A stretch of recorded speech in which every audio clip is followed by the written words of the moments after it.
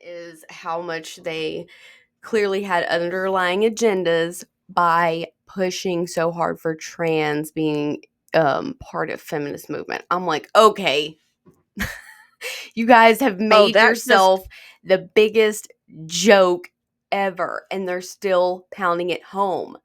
And that's why the start of our research today is, what's that political term people say now? Panicking. Do you know what I'm talking about? Like someone, I think somebody drew like a meme of a bird that looks like a pelican, but they're like a pelican reacting to political stories called a panikin. I don't know. Did I hallucinate this? Have you ever heard of this? I don't know. I don't go on X, so I have no idea. It's a cesspool there. You guys can follow me on X. But today we're going to be tackling feminism. This is part 2 in our series of, what do we decide to call this? Taking Down Feminism? Taking Down Feminism, I think, Yes. Yeah. This is Taking Down Feminism part 2. I am your host, Jessica, and I'm here with my co-host. She goes by Nora. Yep. We need to just come up with like a short thing like, Just Call Nora. Me Nora.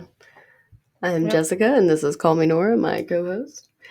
And I'd like to start this off by saying, I do research for my videos, especially this one. We're going to be talking about history and facts and things like that because we are intelligent, conservative women, and that's the field that we tend to go with, is truth and facts. So, that being said, I have to throw this out first for the great state of Tennessee because I always end up doing that. I totally forgot the flag was there, but it was like perfect prop when I was like, I'm going to talk about Tennessee.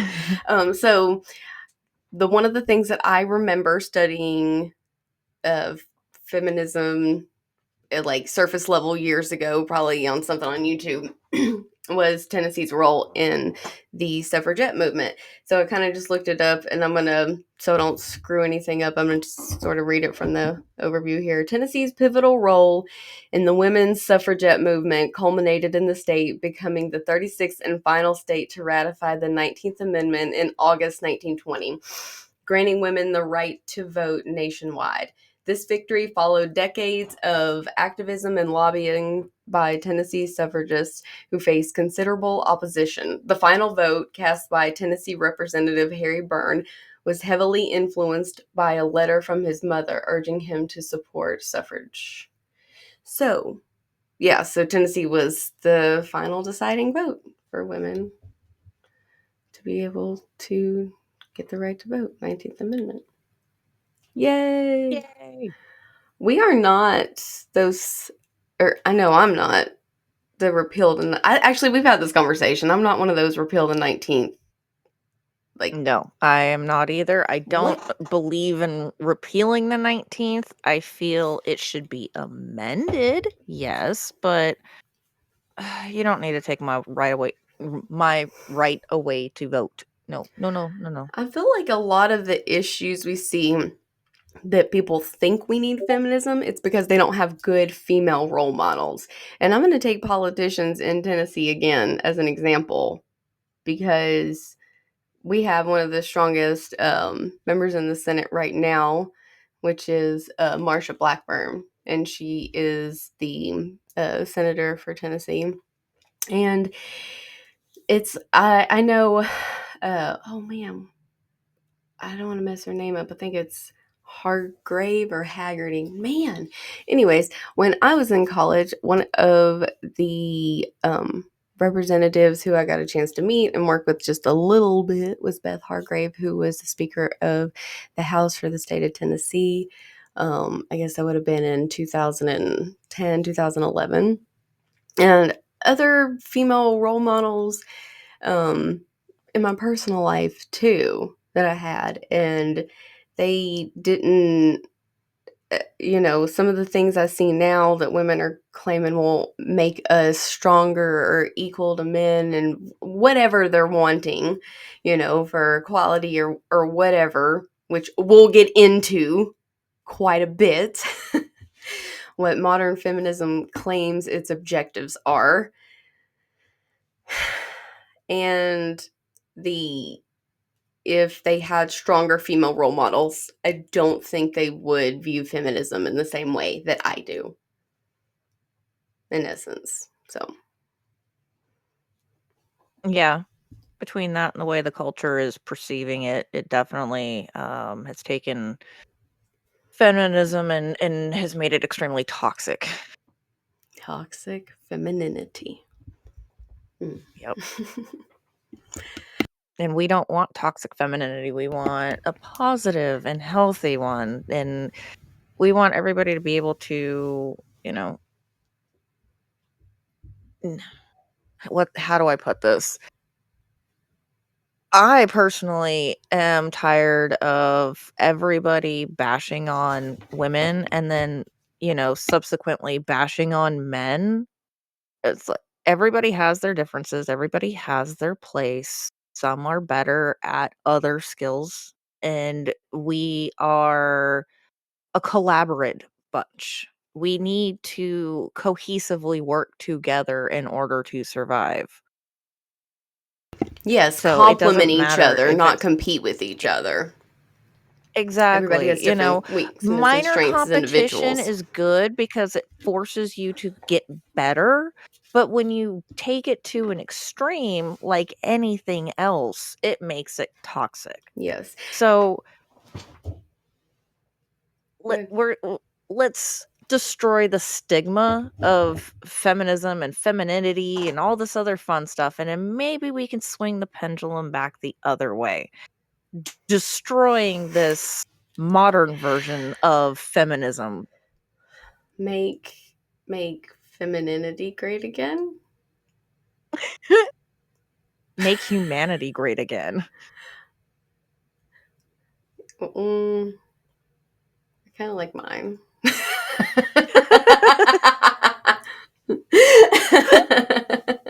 Anyways, I have no secret agendas here, promise you. I am not a liberal, don't worry, I don't, I promise.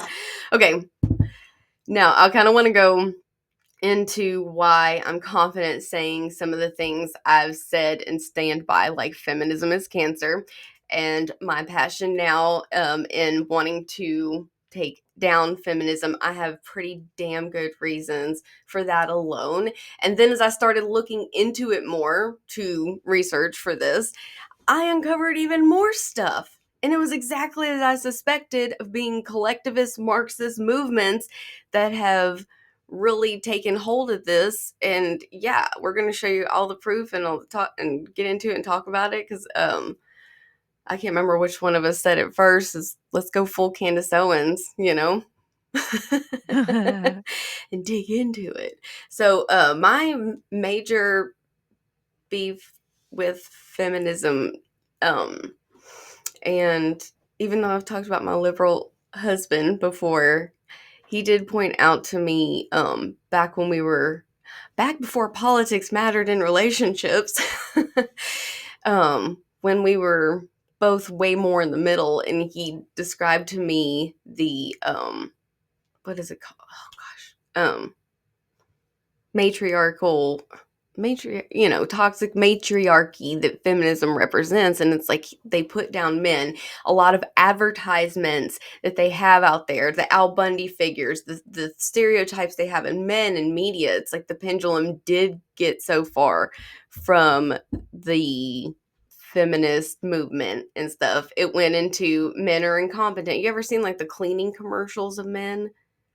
It's like they're totally Oh, yeah. stupid. They're like, woo, I'm going to slip on this floor that I just mopped. And it just paints them as like in the worst light for the longest. And keep in mind, this must have been. It paints them as bumbling buffoons when Yes. they're Yeah. not. And that was back, oh my God, I'm going to show my age. Yeah, like 15 years ago, at Yeah. least, when we were having this conversation. I was like, oh, you're right. Feminism is more than that. And I didn't really understand. And keep in mind, this was towards the end of Barack Obama's presidency, when we started seeing it associated with the blue hair and associated with the piercings and all the different things like that. And that's all of that culminating with the fact that they were celebrating abortions.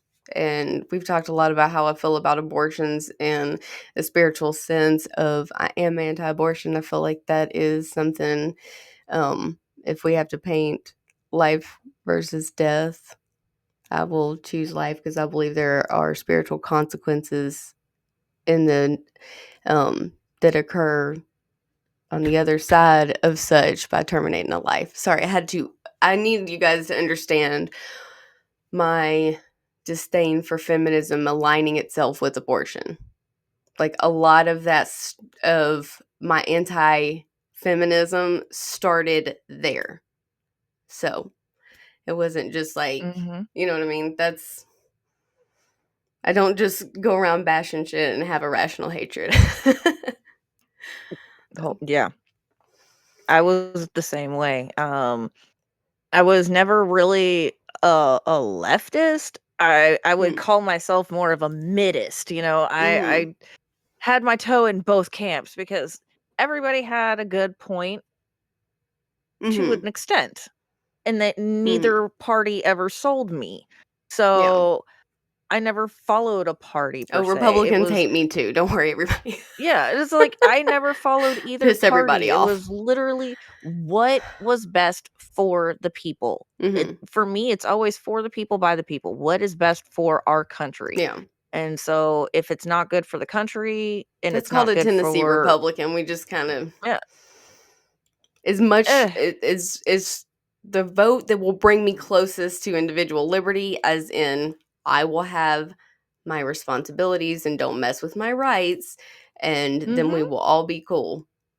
Tennessee Yeah, you Republican. leave me alone and Um. let me live in the woods by myself, and you don't Mhm. mess with me, I don't mess with you. I'm a happy camper. Exactly. So It's like exactly. You don't the mess with oldest my joke in the guns, you book. don't mess with my house, you don't mess with my family, and I'm a happy camper.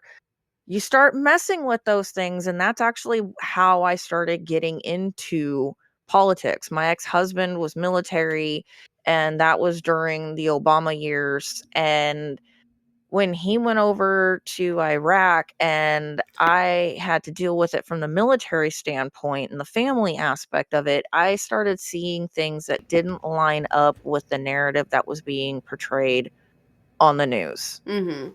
And so from then I started going, okay, I need to start paying more attention. I can't have my head in the sand anymore. And so slowly I started doing my research and understanding what was happening around me and why it was happening.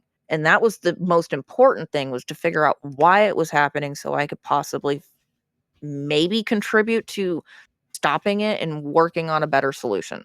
Mhm. And a lot of the issues are stemming from this new wave Marxist feminism, which we'll get into later. But we got to understand how feminism started, Mhm. why it was Yeah. important to begin with. And I want to say the second thing that really nailed in the coffin is how much they clearly had underlying agendas by pushing so hard for trans being part of feminist movement. I'm like, okay, you guys have Oh, made that just, yourself the biggest joke ever, and they're still pounding it home.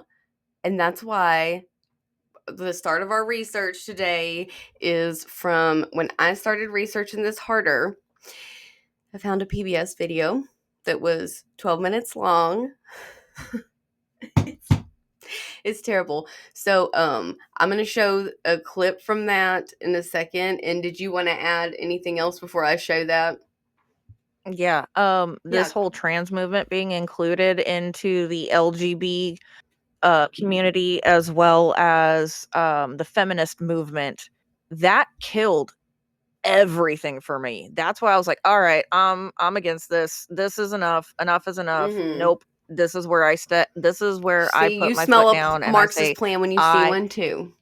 exactly, I can't do it anymore. I'm going to raise Mm-hmm. I have a very, very, very opinionated personality. Like I try to keep it to myself. I try to be a good person, but there are some things that I cannot keep my mouth shut about, and this is one of them. What does it actually mean to be a woman? In 2013, Amy Stevens was fired from her job as a funeral director 2 weeks after coming out as a trans woman. Her boss testified in court, explicitly stating that he fired her because she was no longer going to represent herself as a man. Over the next 7 years, this case of sex discrimination was debated and appealed until the Supreme Court ruled in 2020 that firing someone for their LGBTQ identity is indeed against the law. The fight for trans rights is unique to this moment in history. But in many ways, we're still asking exactly the same questions as early feminist political thinkers. What does it mean to be a woman? What did it mean centuries ago? And what does it mean now? What is a woman?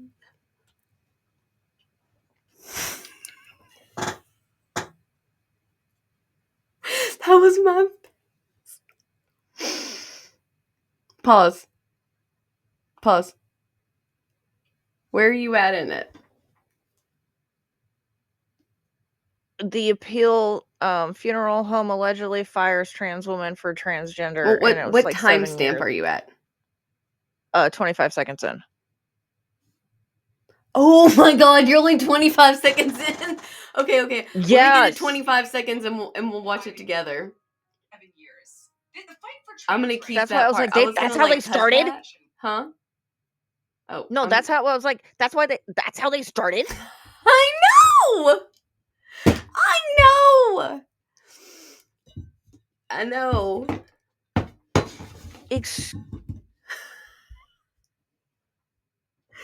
I told you our tax what is wrong? dollars Okay, pay now this. I am, bro. I'm happy that you got defunded. If this is the kind of malarkey that you are putting out, I'm glad you got defunded. Hey. I'm only 25 seconds into this video and I am like seething. I got an idea. Instead of showing it and potentially getting copywritten, I'm just going to play the audio on my end. We can't get... But see, that's the thing is, we're doing a reaction to it. As long as our faces are shown, it can't be copywritten. Can I play the audio in the background? Yeah, and you have to link the video in the description. Okay. This is what we watched. All right. So, and there's no copyright as long as it's a reaction. All right. Well, I'm going to start. I'm going to put mine up here. And I'm going to start in 3, 2, 1. You ready? Go. Yep. It was debated and appealed until the Supreme Court ruled in 2020 that firing someone for their LGBTQ identity is indeed against the law. The fight for trans rights is unique to this moment in history. But in many ways, we're still asking exactly the same questions as early feminist political thinkers. Are we? What does it mean to be a woman? No, I don't think they asked that at all. And what does it mean now? I'm Ellie Anderson, and this is Crash Course Political Theory. It's a shitty graphic, too. No, it's not. Lucy. That's what paleoanthropologists named the fossilized remains of one of the oldest known human ancestors. Now, Lucy... Sorry, producer's in my ear. We only have 10 minutes. Wish I had a fucking producer. Wouldn't it be cool to have some more producers? Pretty sure Lucy identifies as a female because she didn't know what the hell she was on about. Okay. I guess we'll start in the 1790s with Mary Wollstonecraft's Bangin' Treatise. In A Vindication of the Rights of Woman, she pushed back against what was then a pretty common idea, that women weren't capable of abstract thought and reasoning, so it didn't make sense to educate them. Pause. Oh, cool. My ring smacked that. Pause. Ow, I just broke my eardrum. Hey. I know, I'm getting a headache too. Okay. So this was the first I have thoughts, I have words. Big thing where I was like, skirt. Mary Wollstonecraft was a key figure in the Enlightenment movement to expand the ideas of enlightenment to women as well, to say like, hey, we should be a part of, in the same way it is actually more well known that that slaves and black people and, you know, everybody else that wasn't white got included in the Enlightenment movement. There was so Mary Wollstonecraft was the woman who was the Enlightenment philosopher who said women should be included. The way that they just phrased that was absolutely framing that in a particular slant. They And it framed the was like, context in the improper way. and most people have never ever heard of her. So automatically me as a philosophy teacher are like, here we go. 3, 2, 1, ready, let's go. Very sophisticated abstract thought and reasoning, I might add, that women could and should receive formal education. Well, at least upper-class white women. Her arguments inspired women suffragists down the road, who won voting rights in the United States and Britain in the 1920s. But the right to vote was just the beginning. In the U.S., skip over all the other stuff, right? Big strides during the Civil Rights Yep. era. The Equal Pay Act of 1963 made it illegal to pay men and women working the same job different salaries. And the Civil Rights Act of 1964 outlawed discrimination based on a lot of identities, including gender. Pause. In the 70s. Was there any purpose in harping on, I'm not saying that the 1964 Civil Rights Act wasn't an amazing step towards, you know, a lot of different laws changing in this country, but why are we throwing that in and making a point of it with this? That's what I'm talking about everything getting lumped in together and how they're construing all this. You know what I'm saying? Like, was that red flag for you as well? It was, but at the same time, they glossed over the fact that, you know, why the 64 Act was so important was because it was actually supposed to be part of the Suffrage Act, and they separated the two because they didn't feel that they were going to be able to get enough support and votes behind it. So they separated it and they waited for a different time in history to go for black people's rights. And it's, you know, sad that they separated them from, you know, different time periods. Everybody should have gotten rights at the same time because, you know, every single culture has been oppressed and It's put like in we're getting there. slavery from one period in And time. I'm from the school of thought But of Clarence Thomas, because what he teaches, or what, you know, his school of thought with constitutional, basically, instead of looking to change the Constitution, we should strive towards what its most perfect form is. What they were originally trying to say is, yes, equal rights for everybody, and that sometimes it takes certain amendments like that to put the idea into practice for us here as imperfect humans. That's why we have the living document of that, but we should strive to make it more perfect, not to throw it all away and then do subversive tactics, like instead of just speaking how females have needed to make a stand and gain more rights, yes, but at the same time, that entire argument was kind of hijacked, and now it's convenient to add in matters of class and race and things that are known divisive qualities instead of bringing us together, and it is an agenda of keeping us at odds with each other instead of bringing unity. And it's just so clearly written if you know what you're looking at. But if you don't know what you're looking at, you're like, yeah, we should everybody should have the same equal rights to vote. Hell yeah, they should. But if you including it in this video in this manner speaks to greater agendas of this entire subversive movement. Yeah, exactly. It's propping up a specific narrative and versus showing the actual problem and issue to the point. Right. So, but yeah, so it was important, but it didn't need to be added to this context. If you're getting a migraine from this, we can kind of skip around or keep going. What would you like to do? Because I'm literally, it hurts. I know. Let's just power through it. Are you Let's sure? just power through it. Oh.